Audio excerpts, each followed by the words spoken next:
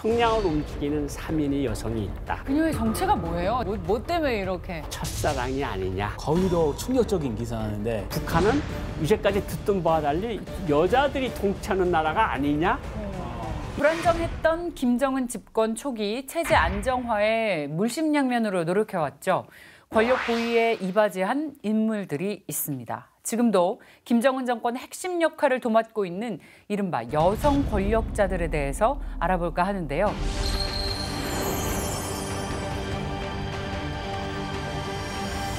오늘 함께해 주실 마스터는 최근 통일부 장관 특별보좌역에 임명돼서 북한의 실상을 알리는 데 기여하고 계신 고영환 박사님입니다. 어서 오십시오. 브라보!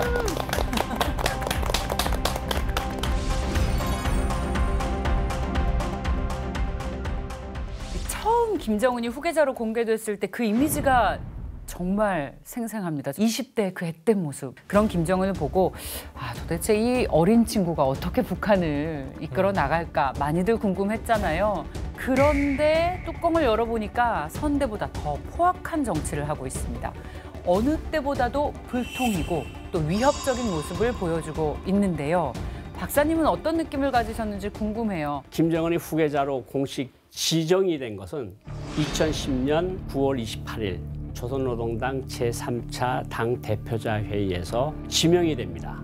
그리고 공식적으로 주민들 앞에 모습을 내놓은 것은 2010년 10월 10일 당창건 기념일 주석단위에서 딴 하고 나타났는데 그때 아주 유명한 사진이 있는데 김정일이 김정은을 이렇게 쳐다보는 사진이 저 사람이 이제 제대로 할까 하는 그런 사진도 있었고 지금 사진에 나온 거는 저 지금 빼꼼 하고 맞아. 이렇게 보고 있는 게 김정은 모습이거든요. 맞아요. 아버지가 지금 선글라스 끼고 지금 뭔가 지시하는 모습이고 아버지를 빼꼼 바라보면서 그 불안한 아직 눈동자가 화면으로도 느껴지는 것 같아요. 맞아요. 네. 작아 보여요. 네. 불안하고. 그러나 얼마 지나지 않아서 김정은에게는 청천벽력 같은 사건이 벌어집니다.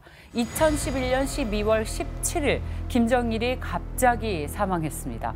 사실은 후계자로 지명이 된 지 14개월 반 만에 아버지가 돌아간 거예요. 1년.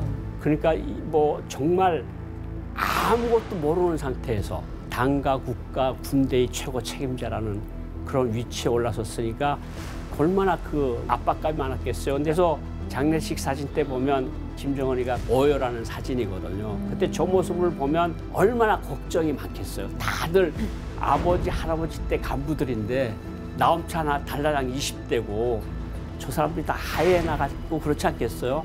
그러니까 우려와 압박과 뭐 아버지 이런 슬픔과 이런 것들이 다 이 얼굴 표정에서 나타났다 이렇게 볼 수가 있을 것 같습니다.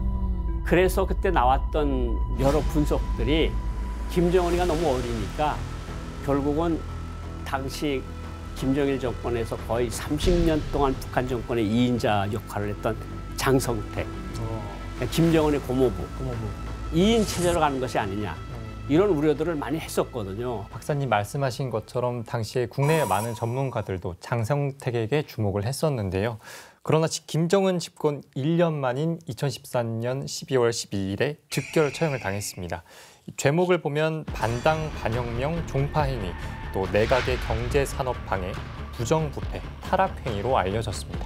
김정은이 이제 장성택을 처형을 하면서 당과 국가 권력을 강화하고 자기 1인 지배 체제를 확고히 하는 그런 계기로 삼았던 것 같고요. 그 이후에 이제 아버지, 할아버지 때 사람들을 자기 사람들로 채우면서 여기에서 이제 가장 중요한 역할을 또 한 것이 백두혈통인 김여정의 역할이 굉장히 컸다. 이렇게 말씀을 드릴 수 있습니다.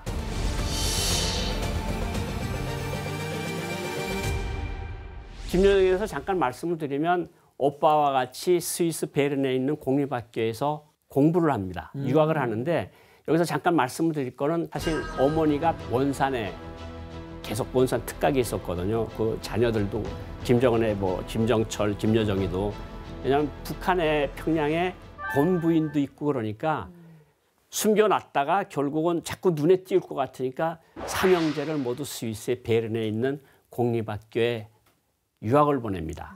그래서 제가 스위스에 몇 번을 갔는데 그때 그 스위스 학교 기록부에 김여정이 성적이 삼형제 중에서 제일 높습니다. 김정철이보다 김정은보다 김여정이가 훨씬 공부를 잘해요? 공부를 잘했고 그리고 재밌다. 똑똑했고 그래서 아버지가 너 이 다음에 커서 뭐가 될래? 그러니까 북한 말로는 당일꾼이 되고 싶습니다. 근데 여기 말로는 이제 정치를 하고 싶습니다죠. 그렇죠. 그러니까 네가 여자로 태어나지 않고 남자로 태어났으면 참 좋았겠는데 이렇게 말을 할 정도로 나서기 좋아하고 뭔가 뭐 야욕이 있다기보다도 뭔가 야심이 있고 네네네. 그런 김여정이가 이제 사람들 앞에 짜잔하고 이제 나타날 때가 되는 거죠. 그럼 그 김여정이란 분이 처음 그 첫 공개 언제 공식적인 공개 언제 됐어요? 공식적으로 나온 거는 2011년 12월 17일 아버지 장례식 때 김정은 뒤에서 오열하는 모습을 보고 저게 틀림없이 여동생이다. 그때는 김여정이라는 이름이 공개 안 됐을 때니까요. 네. 결국은 많은 사람들이 그때는 몰랐죠. 2011년까지는. 네. 그렇다면 2011년 김정일 장례 이후부터 김여정의 모습이 좀 부각이 되기 시작한 건가요? 예, 사실 주목되기 시작한 거는 2014년도쯤 들어와서 기본적으로 주목을 받는데 그 전에 어떤 사진이 하나 공개가 되는가 하면요. 2012년 11월 달에 김경희 비서하고 김여정하고 저게 말 타는 모습이 처음으로 공개가 돼요. 이야. 그러니까 저 사진을 보면서 저거는 확실히 저 여자가 이제 정치에 나설 거다. 저게 이제 사진 한 장이 주는 의미가 매우 큰 게 왜 김경희 비서하고 동급이거나 그 이상으로 보이는 사진을 공개했을까? 그거는 김경희 비서가 조용히 김정일 위원장을 보좌를 했거든요. 그렇죠. 그런데 김정일을 보좌했던 김경희 비서처럼 김여정이도 뒤에서 조용히 보좌할 것이다. 이 사진을 보니까 이게 뭐랄까 든든한 형제들이 있어서 좋았겠다 이런 생각을 했는데 야. 나중에 보니까 매체를 통해서 진짜 독설이라고 말을 하죠. 독설 담당이죠, 김여정. 네, 너무 막말 이렇게 김여정 막말을 선생. 하니까 완전 추락했습니다. 김여정이 북한 권력 무대에 제대로 모습을 드러낸 건 언제부터입니까? 2014년 3월 10일 날 노동신문에 의해서 나왔는데 그 전날에 북한에서 최고인민회의 대의원 선거를 합니다. 김여정이 김정은의 수행원으로 보도가 됩니다. 그러니까 이게 본격적으로 김여정이 활동을 시작하는구나. 전 세계에 알려진 계기가 바로 3월 9일 날 있을 최고인민회의 대의원 선거가 그 계기가 됐다고 말씀드릴 수 있습니다. 그리고 이제 2014년 10월경에 김정은이 잠깐 잠적을 하는 때가 생겨요. 그때 공백 기간이 조금 길어지면서 사람들이 무슨 일이 생겼나? 이럴 때 사실 북한에서는 주요한 보고서들이 올라가면 김여정이 직접 결재를 하는 그런 것까지 있었고 그때부터 북한에서는 김여정이 이제는 2인자가 되는 것이 아니냐. 결국은 2014년도 10월 달에 북한이 발표를 합니다. 직책을. 김여정 조선노동당 중앙위원회 선전선동부 정치행사 담당 부부장. 이게 무슨 일을 하는가 하면 김정은의 1호 행사를 총괄하는 사람이 김여정이가 됐다는 뜻입니다. 그래서 김여정이가 비록 선전부 부부장이긴 하지만 김정은의 행사가 있을 때 김여정이 말은 김정은 말과 거의 동일시가 됩니다. 네, 그렇게 2014년 공식 언급 이후 김여정의 권력은 걷잡을 수 없이 커졌는데요. 2017년 10월에는 정치국 후보위원으로 또 2018년 2월에는 평창 동계올림픽 개막식에 북한 대표로 참여한 김여정은 김정은의 친서를 들고 방문을 했습니다. 그녀의 입지가 대단하다는 의미로 받아들이면 될까요? 그렇게 빠른 속도로 승진할 줄은 몰랐습니다. 왜냐하면 정치국 후보위원이라는 게 사실은 공식적인 직위로 봐도 한 30위권 안으로 진입했다는 거거든요. 2018년도 평창 동계올림픽에 그때 김영남 최고상임위원장 당시 북한의 의전서열은 1위죠.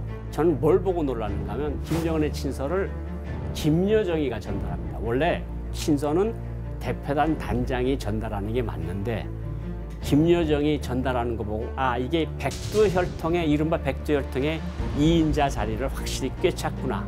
이런 인식을 주기에는 아주 충분한 그런 여러 가지 사진들과 동영상들이 나오기 시작을 한 거죠. 근데 김정은을 이렇게 최측근에서 보좌하는 인물 중에 의외의 인물이 한 명 더 있습니다.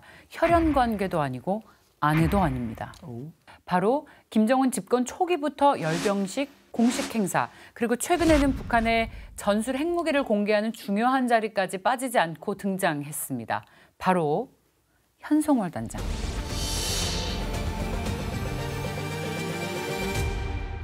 박사님이 현송월의 경우에는 김정은과의 애인이었다, 뭐다, 막 이런 카더라 썰이 너무 많습니다. 스위스에 유학을 가 있을 때 로얄 패밀리 외에 김정은에게 전화를 건 일반인은 현송월 부부장이 유일했다고 합니다. 그만큼 친밀하고 각별한 사이인 거는 틀림이 없고요. 그 현송월은 김정일 시대 때는 왕재산 경음악단에서 가수 노릇을 했습니다. 그러다 김정은이 집권하면서 모란봉 악단이라는 걸 만들어요. 거기 들어와서 가수를 하다가 단장을 하는데 뭐 그냥 예술단 단장 이 정도로 했지만 북한이 공개한 어떤 사진이 공개가 되는데요. 공개된 사진에 현송월이 연설하는 사진이 나오는데 인민군 대좌의 견장을 달고 여기로 말하면 배령으로 나와서 이제 연설을 하면서 김정은에게 충성을 다하자고 그러는데 이 어느 정도 유명한 사람인가 하면 중국의 북한 모란봉 악단이 공연을 갑니다. 중국을 가서 공연하는데 배경에 북한 미사일들이 올라가는 배경이 나옵니다. 그러니까 중국 공산당 대외연락부 측에서랑 외무성 측에서 이런 거 빼달라. 이거 지금 우리한테 이거 맞지 않는다. 미사일. 그러니까 다른 배경 화면을 바꿔달라 그러니까 현송월 단장이 그러면 공연 못합니다. 우리 평양으로 돌아갑니다. 그래서 그때 지재령이라고 하는 김정은의 최측근 중에 한 명이 대사를 했는데 대사까지 당황해서 아니 지금 중국 공산당 간부들 위한 공연까지 다 지금 예견돼 있는데 이렇게 가시겠다면 어떡합니까? 책임은 네 가지입니다. 그리고 예술단 전체를 철수를 시키고 기차를 타고 평양으로 오는데 김정은이 아주 잘했다고. 그 정도로 김정은의 신임을 받는 평양에서도 정말 나는 새를 똘풀 수 있는 권력을 가진 여성 중에 하나다. 이게 소문날 정도로 위세가 당당했던. 그야말로 북한의 탑스타로서 김정은의 픽을 받은 인물인 거잖아요. 그렇다면 또 그녀를 견제하는 세력도 굉장히 많았을 것 같고 그 이후로 여러 구설에도 오르고 사건, 사고도 끊이지 않았을 것 같습니다. 사실은 북한에서 은하수 악단이라는 데서 사고가 생깁니다. 그 한국 드라마를 봤다든가 뭐 성적으로 문란한 행위들이 있었다든가 그때 살짝 사라졌던 적은 있습니다. 현송월이도. 그런데 뭐 현송월은 아무 상관없이 다시 일어섰고요. 그리고 뭐 그 어떤 말도 돌았는가 하면 평양에 돌았다고 그러는가 하면 그 사건이 더 크게 퍼질 수도 있었는데 현송월이가 더 크게 퍼지는 것을 막았다. 이런 소리가 있을 정도고요. 뭐 현송월에 대해서는 이제 어떤 것도 있는가 하면 2018년도에 판문점에서 남북예술단 그 공연을 위한 식무회담이 열립니다.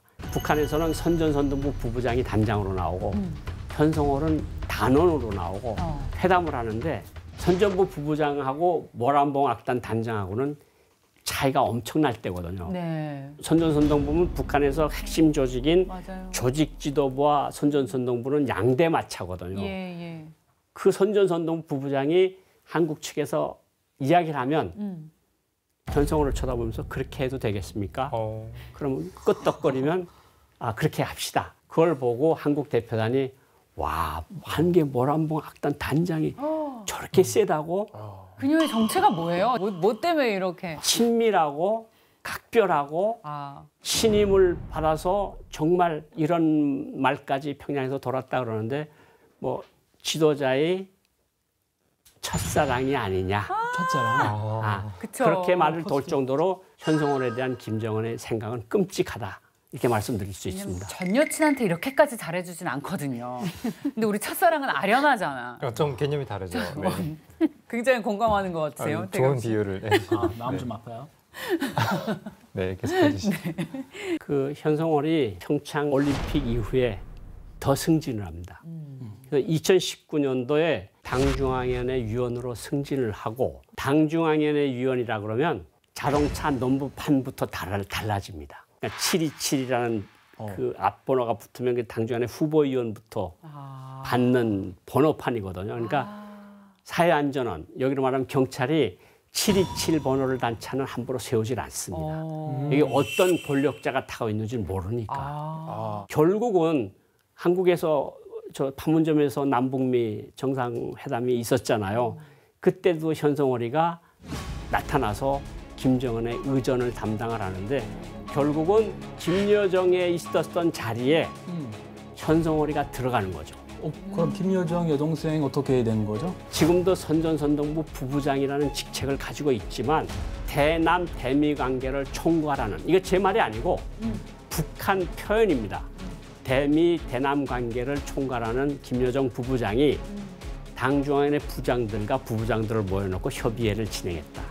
그러니까 김영철 같은 사람을 데려다 놓고 회의를 하는 거예요. 이게 결국은 차관이 장관들을 모아라 그래가지고 회의하는 거랑 똑같은 거거든요. 그러니까 김여정은 그런 급수로 올라가고 현성월이는 김여정이가 있던 정치행사 담당 부부장을 합니다. 그러면서 김정은의 1호 행사를 모두 총괄하는 그 위치에 현성월이가 드디어 올라가서 뭐 얼마 전에 핵잠수함 진수식이라고 할 때도 현성월이가 나왔고 그 이후에 여러 장소들에서 현성월이 모습이 아직도 허착이 되고 있습니다. 이 현성월이 북한 문화예술계의 강자이긴 하지만 김정은과의 친밀도 하나만으로 선전선동부 부부장 그리고 또 의전 비서로까지 초고속 승진했다는 게 잘 받아들여지지 않을 수도 있을 것 같거든요.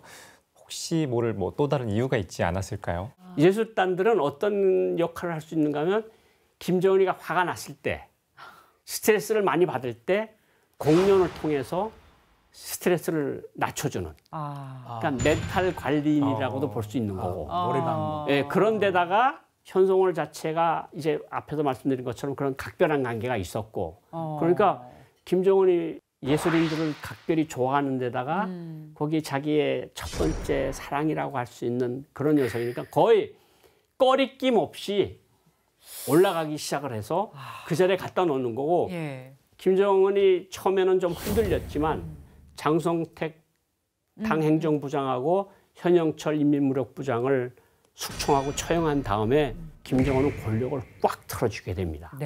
그러면서 김정은이 무슨 일을 하든지 그거는 다 용납이 되는. 북한에서 살았던 저도 아 이거는 정말 해도 너무한 것이 아닙니까?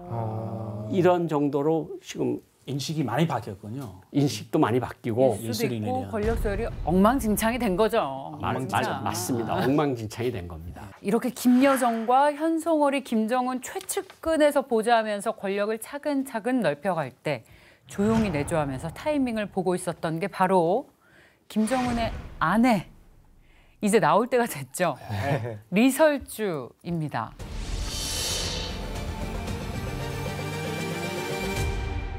리설주는 2012년 7월 달에 처음으로 짜잔하고 공개되는데 북한 사람들이 깜짝 놀랍니다. 왜냐? 김일성은 뭐 60년대, 70년대 조금 초반까지만 해도 부인 김성애를 데리고 다녔는데 그리고 김정일이 올라갔는데 김정일이 여러 번 결혼을 하다 나니까 어느 부인과 어느 자식을 데리고 나올지가 그러니까 아야 부인이라는 자제라는 뭐 이런 말들을 하나도 들어보질 못합니다. 이런 걸 본 적이 수십 년이 지났거든요. 그러니까 저 사람은 뭔가 정상국가로 가려고 하지 않나? 사실 리설주가 등장한 이후로 퍼스트 레이디로서 정장 입고 같이 어느 자리에서든 동석하는 건 북한에서 볼 수 없었는데 여기도 이렇게 정상적인 부부와 가족 관계가 되는구나. 이런 인식을 우리한테 심어준 것도 사실입니다.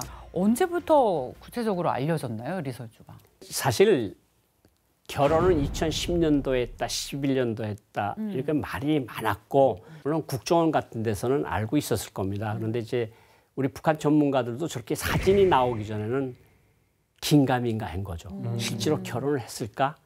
저렇게 어린 나이에 결혼한 게 맞나? 이런 생각을 했는데 사실 이설주가 저렇게 나타나면서 어쨌든 지금까지 알려진 거는 청진 출신이고 아버지는 군 간부고 그리고 이 여성 자체는 금성학원이라고 있습니다. 북한에. 금성학원이라는 게 예술 천재들을 교육하는 학원입니다. 여기 들어가서 공부를 했고 은하수 관현악단 가수로서도 활동을 했고 그러니까 이설주라는 여성 자체는 예술적인 감각을 가진 그리고 현모양처의 모습을 가진 그리고 김정은의 마음에 딱 들게 하는 행동을 하는 그런 여성이다. 이런 평가가 가능한 거죠. 그 북한 지도자의 아내가 이렇게 공개됐을 때 북한 주민들은 이설주를 보고 어떤 반응을 보였나요? 정말 파격적인 그런 모습에 놀라움이 가장 컸죠. 그리고 또 사진 보는 것처럼 저런 모습은 한마디로 수령이 부인이잖아요. 저런 모습은 김정숙 이 항일 무장투쟁 시기 뭐 사령부 작식대원으로서의 이런 모습이거든요. 아무튼 저런 모습은 북한 주민들한테 상당히 크게 작용을 할 것 같습니다. 저게 어떤 코스프레인가면 김일성이 살아있을 때 김일성이 첫 번째 부인 김정숙이 빨치산의 작식대원이라는 게 이제 밥을 해주는 사람을 작식대원이라고 그러는데 작식대원으로서 김일성을 보좌했다는 이미지거든요. 나는 지금 대를 건너서 아버지 때는 저런 게 없었고 나는 할아버지의 손주로서 그리고 할아버지의 며느리로서 나는 인민들에게 먹을 것을 하는 그러니까 갑자기 한 60년, 70년 지난 다음에 대를 이어서 저런 모습이 나오니까 북한 사람들한테도 충격이고 저도 아니 저거 연출한 사진치고는 그래도 저거 괜찮은 거네. 어쨌든 북한 사람들도 그렇게 많이 느꼈을 것 같고요. 리설주의 역할이 대외적으로 많이 언급한 시기가 공교롭게도 김여정과 현성월도 입지를 굳혀나간 2018년 이후더라고요. 이게 이유가 있습니까? 사실은 2018년도 19년도는 정말 싱가포르 북미 정상회담이 있었죠. 2019년 2월 달에 하노이 노딜로 끝났지만 하노이 것도 있었고 그리고 또 이설주가 김정은과 같이 중국 가서 홍리안 여사랑 만나는 그런 장면도 나왔고 심지어는 이설주가 중국 대표단을 김정은 없이 단독으로 만나는 장면도 나왔어요. 그러니까 아 이설주가 정말 대단히 하늘을 찌르는구나 위세가. 그래도 어쨌든 저런 걸 하는 거 보면 약간 정상국가 이미지를 보이면서 나도 퍼스트 레이디로서 활동을 한다. 그러면서 이제 사람들한테 어쨌든 김정은의 그 어떤 모습이 있잖아요. 약간 횡포하고 폭압적이고 사람들 쏴 죽이고 이런 이미지를 순화시키는데 이설주가 굉장한 역할을 한 거죠. 결국은 이때 이설주, 김여정, 현성월이 아주 활짝 꼽히는 그러니까 북한에서 이제 평양을 움직이는 3인의 여성이 있다. 그래서 그때 활동도 아주 많아지고 정말 이거는 북한은 이제까지 듣던 바와 달리 여자들이 통치하는 나라가 아니냐?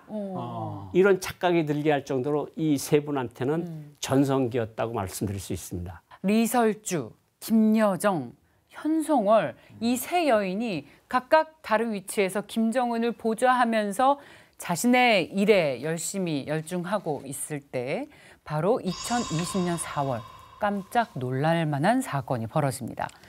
무려 한 달 가까이 김정은이 공식 석상에 모습을 드러내지 않은 건데요.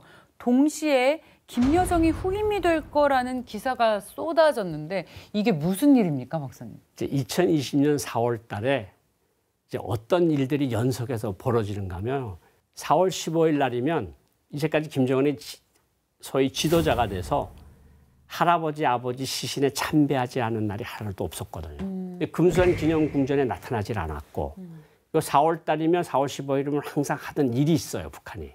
조선인민군 지휘성원들이 직급을 올려줄 때 대한 최고사령관 명령이 나오거든요. 그래서 소장을 중장으로, 중장을 상장으로, 상장을 대장으로 임명하는데 그때 그것도 안 나옵니다. 그때 김정은 사망했다. 그래가지고 온 세상에 온갖 오보들이 막 쏟아져 나올 때고 그래서 어떤 한 외신 같은 데서는 김정은이 죽으면 누가 지금 북한을 통치하고 있느냐. 그 사람이 바로 김여정이 아닐까? 그래가지고 김여정에 대한 기사도 많이 쏟아져 나왔던 게 2020년 4월입니다. 그 당시에 미국 유명한 타블로이드 그 글로브지 있는데요. 거기도 충격적인 기사인데 이 김정은 사망했다 플러스 제일 유력한 후계자 김여정 여동생이 쿠데타를 일으켜서 지금 김정은 자리를 차지하고 있다. 이런 소리까지 나오니까 근데 프론트 페이지 아예 바뀌고 진짜? 이거 보고 물론 타블로이드는 신뢰성 원래 좀 떨어지지만 그래도 이 정도면은 믿음이 가요. 사람들이 모르고 보면 사망했나 보다. 충격 맞았죠 그때. 그런데 훅 짜잔하고 나타나긴 합니다. 순천 비랄롱 공장 준공식에 나타난 김정은 모습, 또 옆에 김여정이 바닥 붙어 있는 모습을 보고 지금 뭔가 걷는데도 그렇고 뭔가 불편함을 느끼고 있는 것은 사실인 것 같다. 그러니까 4월 15일을 앞뒤로 해서 김정은 건강에 무슨 일이 있었던 것은 틀림없어 보인다. 이렇게 결론을 지을 수 있습니다. 사실 김정은이 아직 젊기 때문에 후계자 얘기는 시기상조라고 생각을 했었거든요. 네.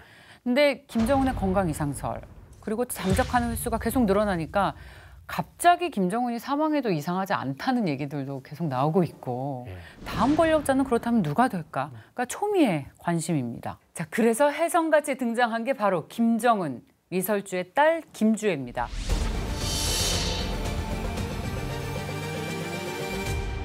(2022년 11월 18일입니다) 화성 17형 시험 발사 현장에 리설주와 함께 그 모습이 처음 공개됐는데 엄마를 정말 똑 닮았잖아요. 그 모습이 눈길을 끌었고 당시 김주애의 첫 등장 기념으로 이런 우표도 제작을 했다고 합니다. 네, 저렇게 기념 우표까지 이렇게 만드는 거 보면 김주애의 이렇게 우상화의 시작이 아닐까 이런 생각이 듭니다. 네. 사실 김주애가 등장을 했을 때 많은 사람들이 놀랐습니다. 놀란 거는 김정일 때도 김일성 때도 자기 아이들이 이런 아이들이 있다는 거를 그러니까 다 후계자가 되고 지도자가 된 다음에 어린 시절을 하면서 다 사진들을 공개했는데 이거는 미성년인데 딱 나왔는데 그 말도 처음에는 제일로 사랑하는 자제분. 그랬다 두 번째 나올 때는 존귀하신 자제분. 이게 뭔가 저기로 가는 건가 정말? 그러다 지금은 명칭이 통일이 돼서 존경하는 자제분인데 이게 거의 존경하는 자제분이라는 건 후계자한테만 붙일 수 있는 이야기거든요. 근데 사실 북한에서 여성 지도자가 되리라고 생각하는 사람은 아무도 없습니다. 네, 네. 그런데 확실한 거는 김정은이 4대를 준비하고 있고 4대가 무럭무럭 자라고 있다. 그러니까 딴 생각들을 하지 말라. 내가 없어도 4대가 또 이어받을 거다. 이런 확실한 메시지는 줬어요. 그러니까 김주애도 후계자 중에 한 명은 들어갈 겁니다. 근데 지금 후계자라고 말씀드리기는 딱 곤란할 것 같고요. 그렇죠. 어쨌든 김주애가 군 관련 행사들에 거의 빠짐없이 나타나는 것을 보면 그리고 이번 구구절 공화국 창건 75돌 행사에서 김주애가 김정은과 같이 나란히 앉았는데 북한군 차수가 무릎을 구부리고 김주애한테 가서 입을 막고 이야기하는 거 보고 저건 완전 후계자급인데 그런 일이 없어요. 그런 일은 어디서나 상상할 수 없는 거죠. 그러니까 김주애가 딱 나타나면서 김주애하고 김정은이 카펫 우를 같이 걸어가고 이설주는 카펫 가장자리를 따라 걸어가고 김여정이 저기 어딘가 있고 현성월이 나야 얼굴도 안 보이고 이런 사진들을 자꾸 노출시키는데 의도가 있을 것이다. 이렇게 볼 수 있는 거죠. 혹시 뭐 그만큼 본인이 불안해서 그런 거 아닌가요? 사실은 저게 당 간부들 앞에 저렇게 나서질 않고 군 간부들 앞에 저렇게 나서는 거거든요. 그리고 뒤에 군 장성들을 벽처럼 세워놓고 사진을 찍고 김주애가 이건 후계자가 아니고는 거의 상상할 수 없는 거거든요. 그러니까 저도 약간씩 분석이 달라지긴 하는데 김정은 자신이 건강에 자신이 없는 걸까? 왜 39살밖에 안 된 사람이 왜 후계를 강하게 암시할까? 이거는 다 우리가 같이 공동으로 풀어야 할 숙제라고 생각을 하는데 맞습니다. 지금 나타난 모습으로만 봐서는 김주애가 후계자급인 것은 사실로 보인다. 이렇게 평가할 수 있을 것 같습니다. 그 북중북동에서 들리는 그 북한 주민들이 동향은 뭐냐면 처음에 나왔을 때는 와 신선하다. 딸도 이쁘게 생겼네. 그런데 너무 자주 나오는 데다가 장군들이 설설 기는 모습을 보면서 아니 저건 또 뭐야 13살짜리한테 그렇고 쟤는 또 왜 이렇게 통통한 거야. 그리고 무슨 옷은 또 저렇게 잘 입히는 거야. 그게 이제 부정적인 시각으로 바뀌고 있다. 아, 그래요? 예. 오히려 부작용이 오히려 지금은 부작용이 조금 더 늘어나고 있는 그런 것을 볼 수 있습니다. 차라리 서민적인 모습, 설거지하는 모습. 차라리. 막 점수 따는데. 네, 맞아요. 이제 다운됐구나. 김정은이 딸 주혜와 공식 행사에 자주 함께하면서 동시에 김여정과 현송월의 비중은 예전 같지 못하게 됐습니다. 김여정과 현송월은 김주혜의 등장에 어떤 영향이 있었는지 그리고 그녀들은 어떤 생각을 하고 있을지 궁금해요.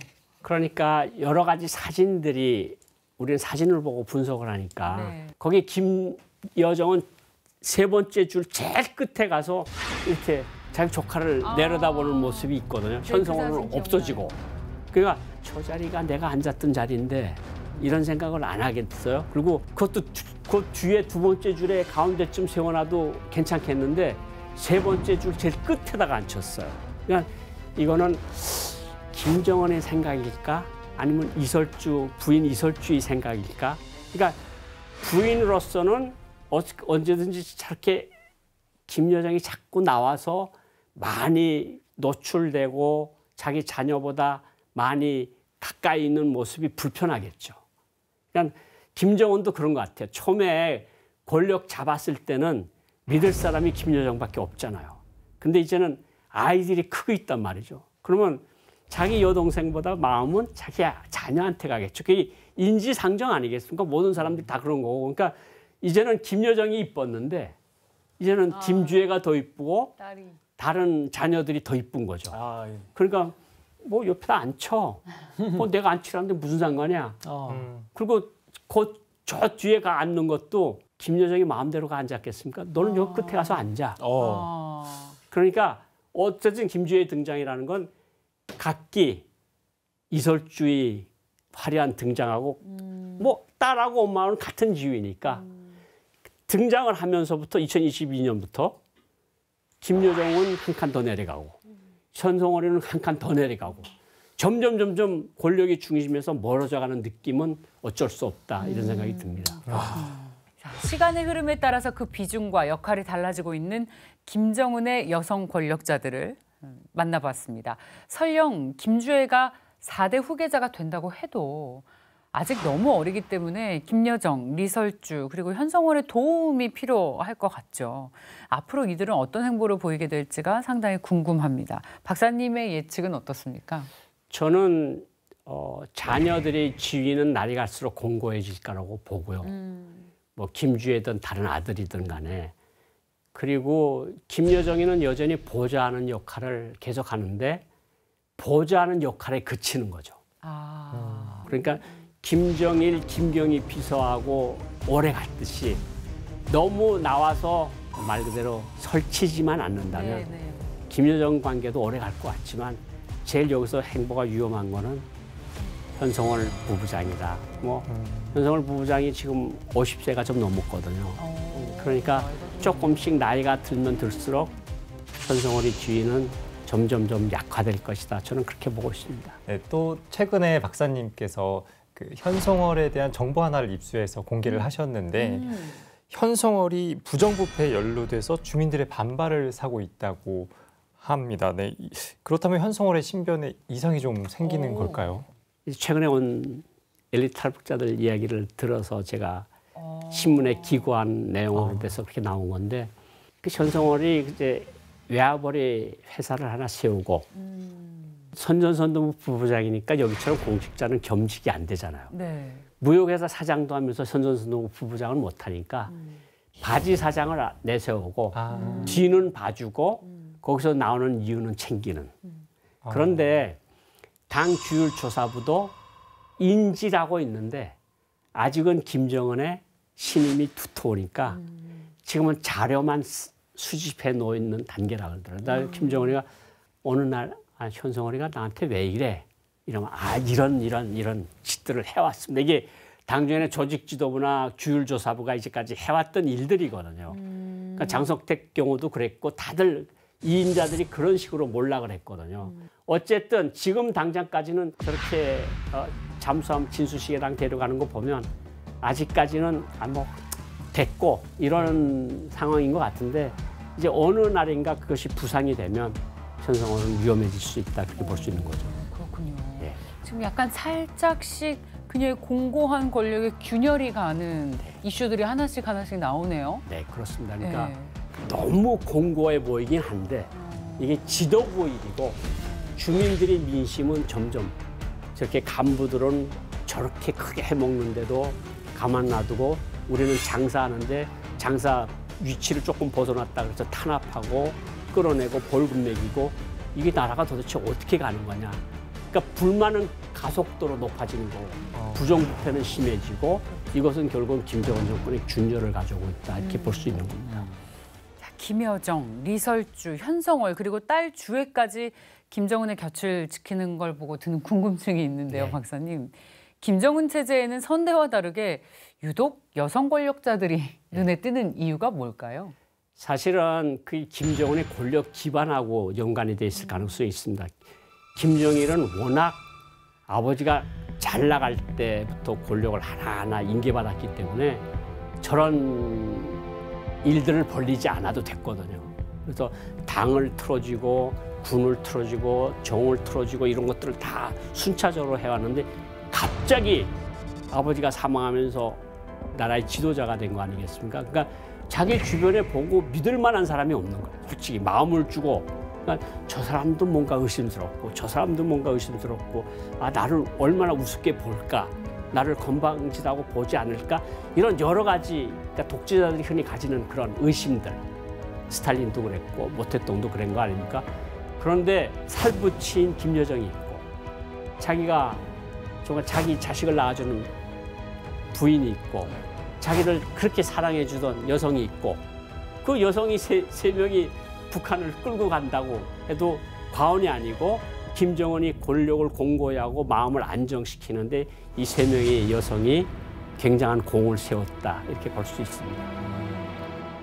김정은의 지근거리에서 보좌하면서 정치적인 멘탈, 심리적 멘탈까지 챙기는 김정은 정권의 여성 권력자들을 만나봤습니다. 오늘 어떠셨어요? 뭐 저도 사실 이 방송을 준비하면서 자료들을 한번 다시 찾아보고 다시 복귀하는 그런 기회가 됐고요. 아, 과연 김정은 정권이 앞으로 어떻게 갈 것이냐 이런 것을 한번 생각을 다시 한번 해보는 기회가 됐던 것 같습니다. 김정은 정권이 앞으로 어떻게 되느냐에 대한 열쇠를 푸는데 이 여성 권력자들의 행보를 보는 것도 하나의 열쇠가 될 수 있을 것 같습니다. 맞습니다. 네. 그렇게 볼 수 있습니다. 네. 예, 자, 북한의 실상을 마주보는 시간 페이스북은 여기까지입니다. 다음 주 새로운 이야기로 돌아오겠습니다. 고맙습니다. 감사합니다.